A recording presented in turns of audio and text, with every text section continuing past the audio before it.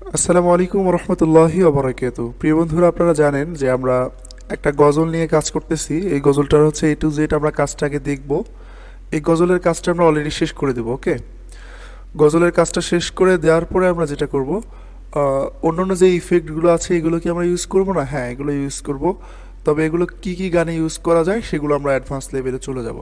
কিন্তু সর্বপ্রথমেই বেসিক্যালি আপনি একটা গানের কাজ ধরলে সেই গানটা আপনি কিভাবে কাজটাকে কমপ্লিট করবেন সেটাই মূলত দেখাচ্ছি। আর আজকে মূলত অলরেডি যে কয়টি ধারাবাহিক পর্ব চলে আসলো, এই পর্বে আমি কিন্তু এই শুধু একটা গানেরই কাজ করে করে আপনাদেরকে দেখাচ্ছি, যাতে আপনারাও এরকম কোনো একটা গানের কাজ করতে পারেন। শুধু এরকমই না, আপনারা যে কোনো অন্য অন্য গানেও কিন্তু এই ইফেক্টগুলো ব্যবহার করেও নর্মালি কাজগুলো প্রথম অবস্থায় করতে পারবেন।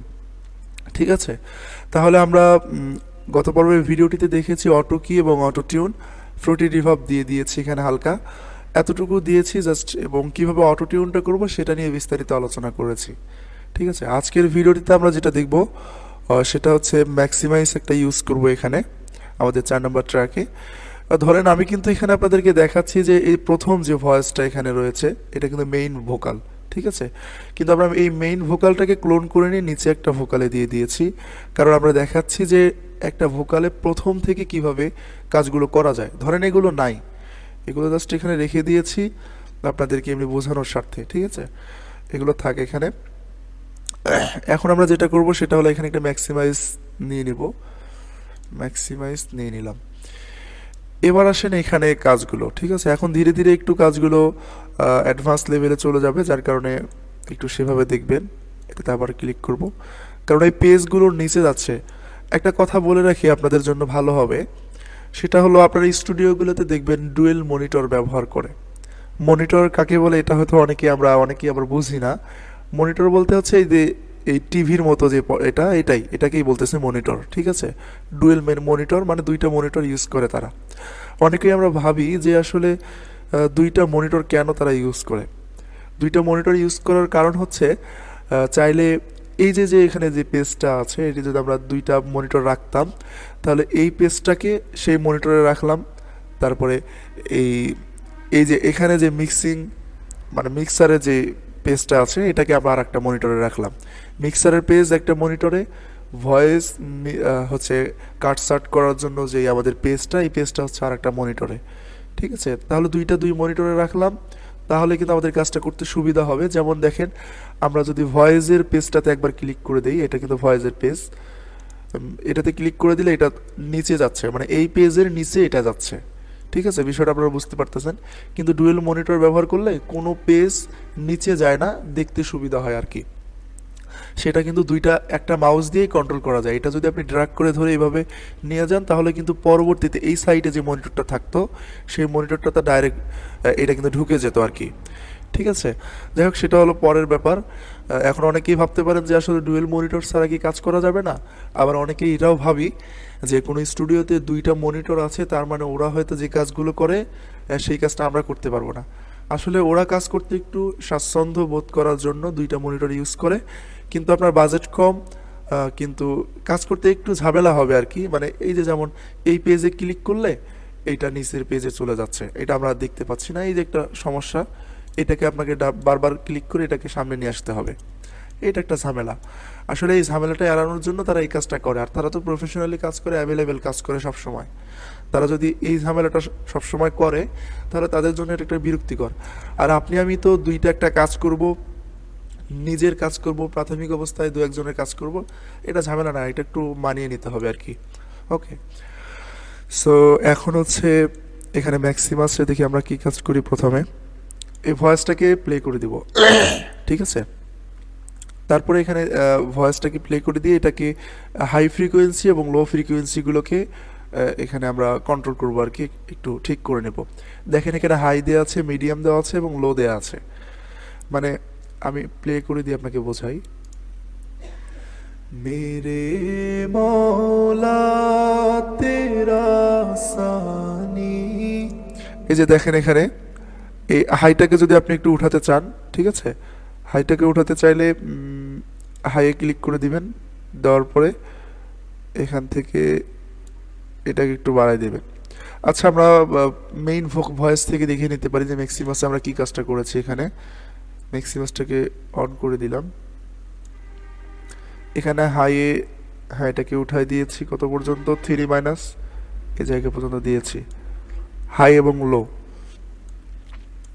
আমরা মেইন ভয়েসটাকেই ওপেন করে দেব, দেখি সবগুলোকে ওপেন করে দিই।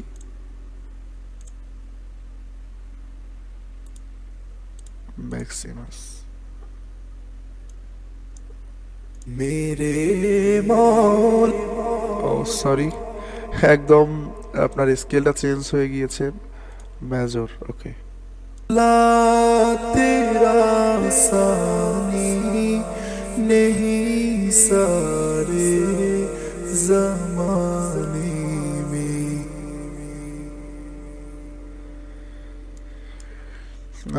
এটা আমরা 1 নম্বর স্লোটের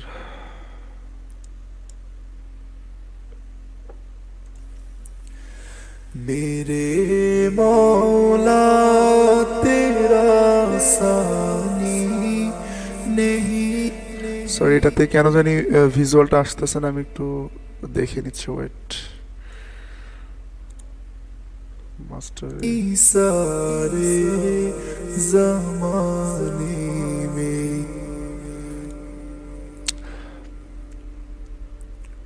আচ্ছা যাই হোক, এটা থাক, এখানে একটু ঝামেলা করতেছে। আমরা এই ভয়েসটাকে অফ করে দিয়ে নিচের ভয়েসে চলে যাচ্ছি। আমাদের 4 নম্বর ট্র্যাকের ভিতর ম্যাক্সিমাইজটাকে, এটাকে অন করে দেব, দিয়ে দেখি কি কি কাজ করা যায়।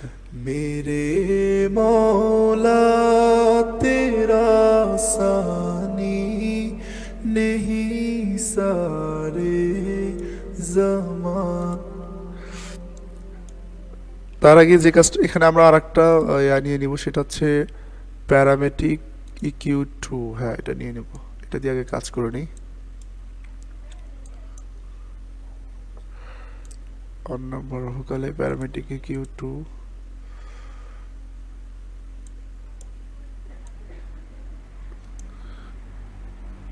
আমরা এই জায়গা দিয়ে এটাকে লম্বা করে দিতে পারি।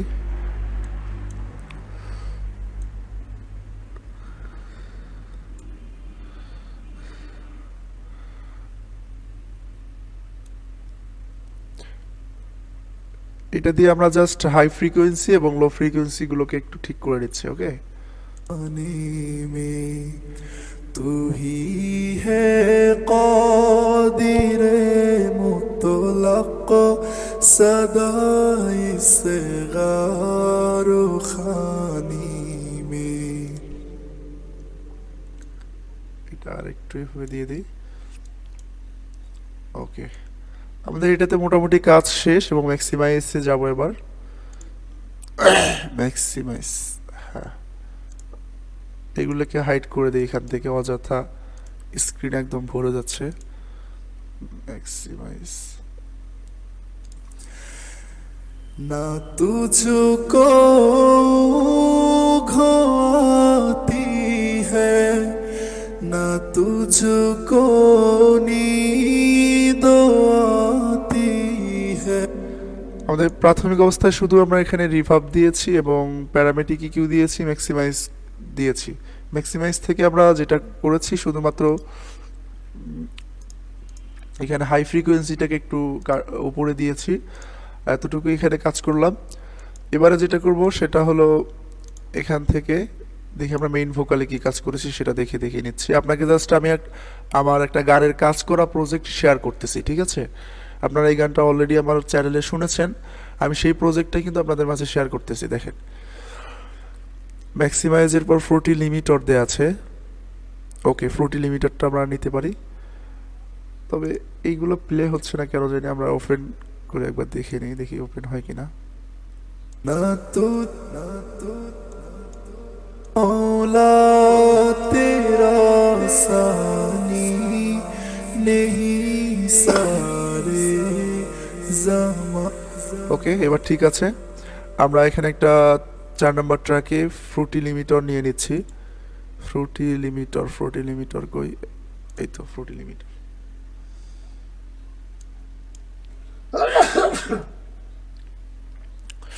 এখন আমরা যেটা করব, এখানে এই ফ্রুটি লিমিটরটাকে বাড়াই দেবো, এটাকে অফ করে দিয়ে এটা অন করে দিচ্ছি।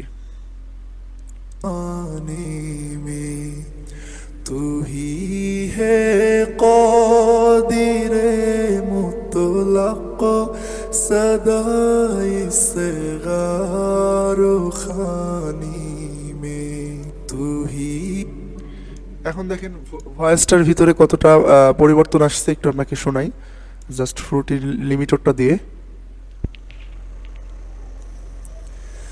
मेरे मौला तेरा सानी नहीं सारे जमाने में तू ही है। তাহলে আমাদের যে পরিবর্তনটা অলরেডি এসেছে এখানে, আমরা আপাতত এতটুকুই থাক। পরবর্তী ক্লাসে দেখতেছি যে আমরা এটাতে পরবর্তী ক্লাসে একদম ফিনিশিং ইফেক্টটা দিব, এবং তার পরবর্তী ক্লাসে, কারণ প্যাডসের কাজটা একটু ঝামেলা, তো প্যাডসের কাজটাতে আমরা আরেকটা পর্ব করতেছি। ওকে, সো এই ছিল আজকের ভিডিওটি। আপাতত যতটুকু কাজ দেখলেন এখানে যে যে ইফেক্টগুলো দিলাম, maximize, fruity parametric Q2, fruity limiter, fruity reverb তো আগেই দিয়ে দিয়েছিলাম। আজকে যেটা করলো maximize, fruity parametric Q2, fruity limiter. Okay, এই কটা দিয়েছি। আপনারা জাস্ট এগুলোর ভিজুয়ালটা দেখেছেন কিভাবে আমি কাজটা করলাম। এখন এইভাবে দেখে দেখে সেম আপনাদের কম্পিউটারে কাজটা অ্যাপ্লাই করেন।